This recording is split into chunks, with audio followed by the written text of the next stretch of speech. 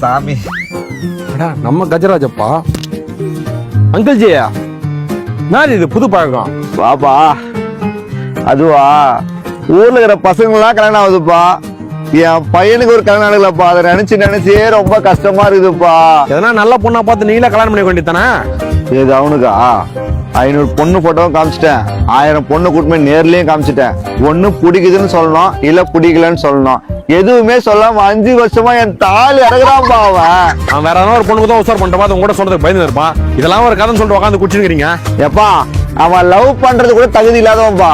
நீ வேற அவன் பொண்ணுங்களோட பேசுறது வெகுலையே வளர்த்துட்டான்பா. அவனை வீட்டுல அவனை பத்தி பேச விட உன்னை பத்தி பேசதான் ரொம்ப அதிகம்.